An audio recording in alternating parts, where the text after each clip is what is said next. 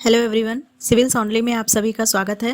Current affair की series का आज हम पार्ट 36 डिस्कस करने वाले हैं। तो हमारा आज का पहला प्रश्न है, हाल ही में किस संस्थान ने साइबर सुरक्षा अभ्यास सिनर्जी आयोजित किया है? ऑप्शंस हैं CERT इन यानी CERT In, ICSA, hacker one या फिर वाइपर। तो इसका करेक्ट आंसर है ऑप्शन ए, सर्ट इन ने किया है, जिसका फुल फॉर्म है भारतीय कंप्यूटर इमरजेंसी रिस्पांस टीम। इसने इलेक्ट्रॉनिक्स और IT मंत्रालय के अंतर्गत सिंगापुर की साइबर सुरक्षा एजेंसी के सहयोग से 13 देशों के लिए साइबर सुरक्षा अभ्यास सिनर्जी का सफलतापूर्वक संचालन किया। यह अंतर्राष्ट्रीय counter ransomware initiative resilience working group के एक भाग के रूप में आयोजित किया गया, जिसका नेतृत्व भारत में राष्ट्रीय सुरक्षा परिषद सचिवालय द्वारा यानी NCCS द्वारा किया जा रहा है। अगला प्रश्न है, NCRB की नवीनतम रिपोर्ट के अनुसार सबसे अधिक राजद्रोह के मामले इस राज्य में दर्ज किए गए? ऑप्शंस हैं उत्तर प्रदेश, राजस्थान, मध्य प्रदेश या फिर आंध्र प्रदेश। इसका करेक्ट आंसर है ऑप्शन डी, तो आंध्र प्रदेश से इसका आंसर है।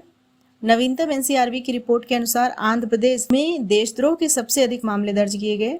देश में 2021 में IPC की धारा 124A के अंतर्गत देशद्रोह के 76 मामले दर्ज किए गए हैं और 2020 में आंध्र प्रदेश राज्य में देशद्रोह का कोई मामला दर्ज नहीं किया गया था। तो ये बहुत चौंकाने वाली बात है।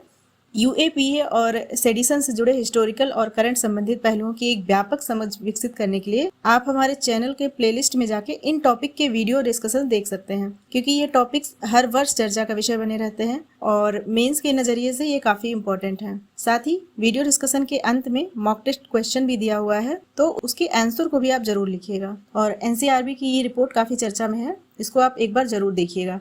हमारा अगला प्रश्न है, हाल ही में मिखाइल गोर्बाचेव का निधन हो गया, वह किस देश के पूर्व राष्ट्रपति थे? ऑप्शंस है जापान, रशिया, ब्राजील या फिर मैक्सिको। इसका करेक्ट आंसर है ऑप्शन बी, रशिया के पूर्व राष्ट्रपति थे ये। पूर्व सोवियत संघ के अंतिम नेता मिखाइल गोर्बाचेव का 91 वर्ष की आयु में निधन हो गया, जो 1985 से 1991 तक राष्ट्रपति थे। 1986 में इन्होंने अमेरिका और सोवियत संघ द्वारा आयोजित सभी लंबी दूरी की मिसाइलों को खत्म करने का एक ऐतिहासिक प्रस्ताव रखा था, जो कि शीत युद्ध के अंत की शुरुआत थी। इन्हें 1990 में नोबेल शांति पुरस्कार से भी नवाजा गया था। हमारा अगला प्रश्न है, हाल ही में किस संस्था या परिषद द्वारा competitiveness roadmap for India at 100 report जारी की गई? ऑप्शंस हैं नाबार्ड, सेबी, आर्थिक सलाहकार परिषद या फिर नीति आयोग। इसका करेक्ट आंसर है ऑप्शन सी, आर्थिक सलाहकार परिषद द्वारा ये रिपोर्ट जारी की गई। हाल ही में प्रधानमंत्री की आर्थिक सलाहकार परिषद द्वारा competitiveness roadmap for India at 100 report जारी की गई।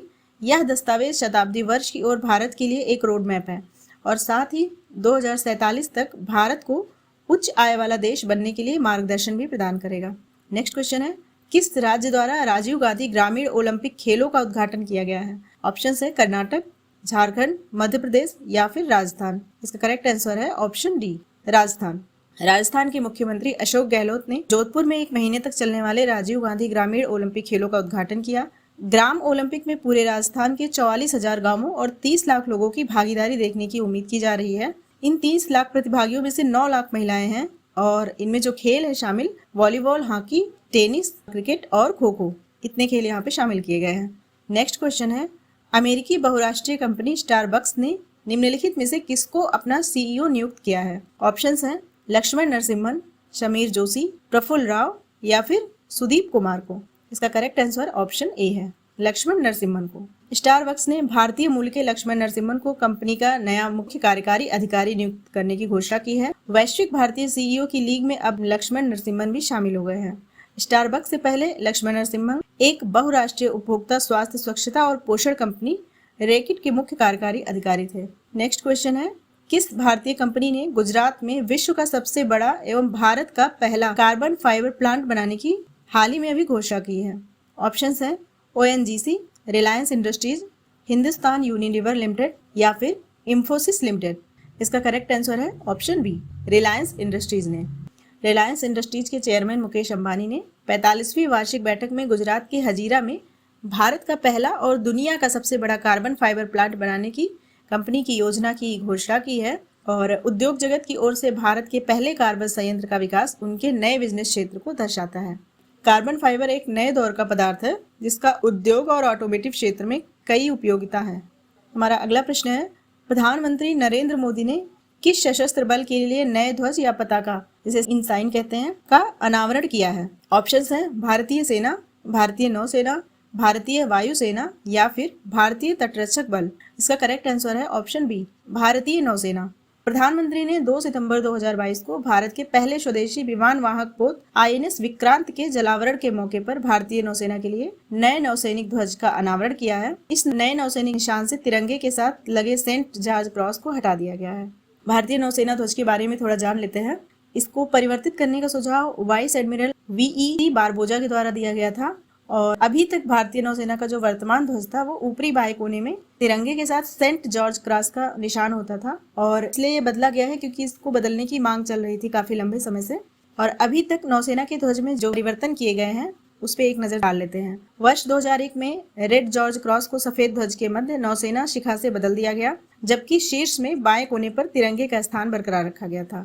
फिर 2004 में रेड जॉर्ज क्रॉस के बीच में अशोक स्तंभ के सिंह को प्रतीक चिन्ह के रूप में शामिल किया गया। उसके बाद 2014 में देवनागरी लिपि में अशोक स्तंभ के नीचे ध्वज पर सत्यमेव जयते शब्द को अंकित किया गया और वर्ष 2022 यानी कि अभी झंडे के ऊपर बाईं ओर तिरंगा, दूसरी तरफ नीले रंग का अष्टकोणीय आकार का गोल्डन रंग का अशोक चिन्ह जिसके नीचे सत्यमेव जयते लिखा है एवं संस्कृत भाषा में शन नो वरुणा भी लिखा है और नीले रंग के अष्टकोणीय आकार पर गोल्डन रंग का अशोक चिन्ह भी अंकित है।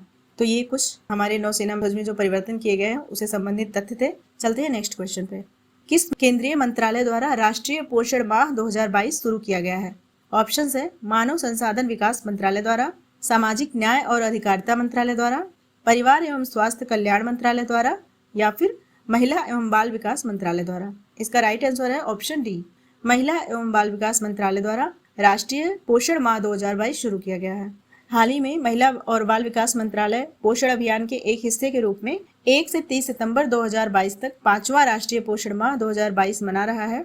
इस वर्ष के आयोजन का मुख्य विषय महिला और स्वास्थ्य और बच्चा और शिक्षा है।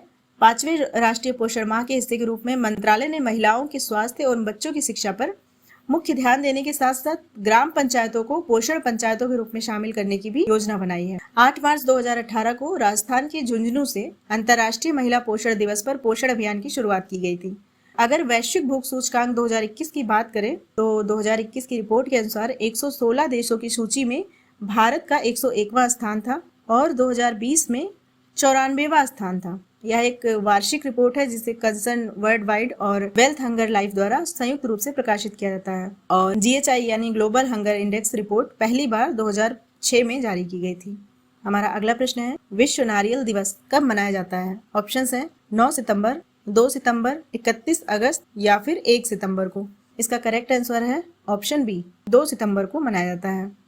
विश्व नारियल दिवस प्रतिवर्ष 2 सितंबर को वैश्विक स्तर पर मनाया जाता है। इसका उद्देश्य नारियल के मूल्य और लाभों के ज्ञान पर जोर देना एवं उसका प्रसार करना है। विश्व नारियल दिवस नारियल के पौधे के महत्व और प्रकृति में इसके बहुमुखी उत्पादों की महत्ता को बताता है। अब अगर भारत में नारियल उत्पादन की बात करें तो केरल नारियल का सबसे बड़ा उत्पादक राज्य है। वहीं वर्तमान में भारत विश्व में नारियल का तीसरा सबसे बड़ा उत्पादक देश है और सबसे नंबर 1 पे नारियल का सबसे बड़ा उत्पादक देश है इंडोनेशिया। नेक्स्ट क्वेश्चन है किसानों के कल्याण के लिए रूरल बैकयार्ड पिगरी योजना किस राज्य द्वारा शुरू की गई है? ऑप्शंस है मेघालय, असम, तेलंगाना या फिर महाराष्ट्र।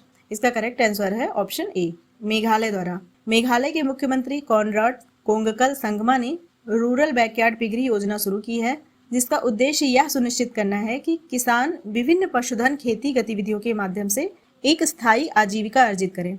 इस योजना का उद्देश्य सुअर पालन के माध्यम से राज्य की पोक आपूर्ति की कमी को दूर करने की भी योजना है। हमारा अगला प्रश्न है भारत के पहले तरलीकृत प्राकृतिक गैस ईंधन से चलने वाले ग्रीन ट्रक का अनावरण कहाँ किया गया है?